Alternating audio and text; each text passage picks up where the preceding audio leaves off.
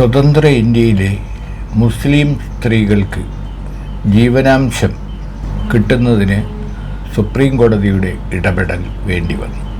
ഇത്രയും കാലം രാജ്യം ഭരിച്ച എല്ലാ സർക്കാരുകൾക്കും ഇപ്പോൾ ഭരിച്ചുകൊണ്ടിരിക്കുന്ന BJP സർക്കാരിനും എല്ലാം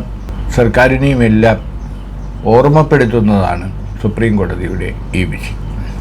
കാരണം മുസ്ലിം സ്ത്രീകൾക്ക് അവരെ മൊഴി ചൊല്ലിക്കഴിഞ്ഞാൽ ജീവനാംശം നേടാൻ CRPC അനുസരിച്ച് CRPCയിലെ 125 വകുപ്പ് അനുസരിച്ച് അർഹതയുണ്ടെന്നും കേസ് കൊടുക്കാമെന്നും ഈ കഴിഞ്ഞ ദിവസമാണ് സുപ്രീം കോടതി വിധി പറഞ്ഞത്.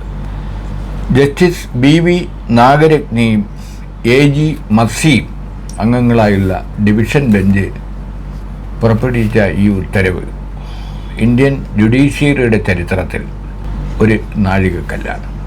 കാരണം നേരത്തെ മുസ്ലിം സ്ത്രീകളെ മൊഴി ചൊല്ലിക്കഴിഞ്ഞാൽ അവർക്കും കുട്ടികൾക്കും ജീവനാംശം നൽകുന്ന ബാധ്യതയിൽ നിന്ന് ഭർത്താക്കന്മാർക്ക് ഒഴിവാകാൻ കഴിയുമായിരുന്നു. 1986 മുസ്ലിം വിവാഹമോചന സംരക്ഷണ നിയമം അനുസരിച്ച് മാത്രമാണ് കേസ് കൊടുക്കാൻ അവകാശമുണ്ടായിരുന്നത്.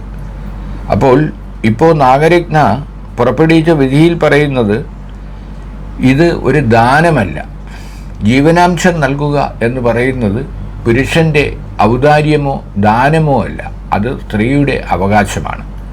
കാരണം അവർക്ക് ജീവിക്കണമെങ്കിൽ അവരുടെ ജീവിതം പെരുവഴിയിലാക്കിയ പുരുഷന് അതിൽ ബാധ്യതയുണ്ട്. ധാർമ്മികമായി ഇത് ചോദ്യം ചെയ്യാനും നിയമപരമായി ഇവർക്കെതിരെ കേസ് കൊടുക്കാനും സ്ത്രീകൾക്ക് അവകാശമുണ്ട്.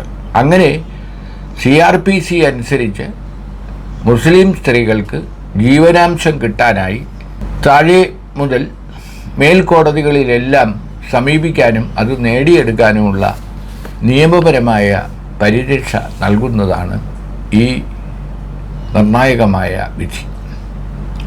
തെലങ്കാനയിലെ അബ്ദുൽ സലാം എന്ന് പറയുന്ന ഒരു ഭർത്താവ് 10,000 രൂപ ഭാര്യയ്ക്ക് നഷ്ടപരിഹാരം ജീവനാംശം നൽകണമെന്ന ഹൈക്കോടതി വിധിക്കെതിരെ നൽകിയ അപ്പീലിലാണ് സുപ്രീം കോടതി ഈ വിധി പുറപ്പെടുവിച്ചത്. എന്തായാലും 10,000 രൂപ നൽകാൻ മടിപിടിച്ചുകൊണ്ട് സുപ്രീം കോടതിയെ സമീപിച്ച ഈ മനുഷ്യൻ ചെയ്തത് ഫലത്തിൽ ഇന്ത്യയിലെ മുസ്ലിം സ്ത്രീകൾക്ക് ഗുണമായിരിക്കുകയാണ്.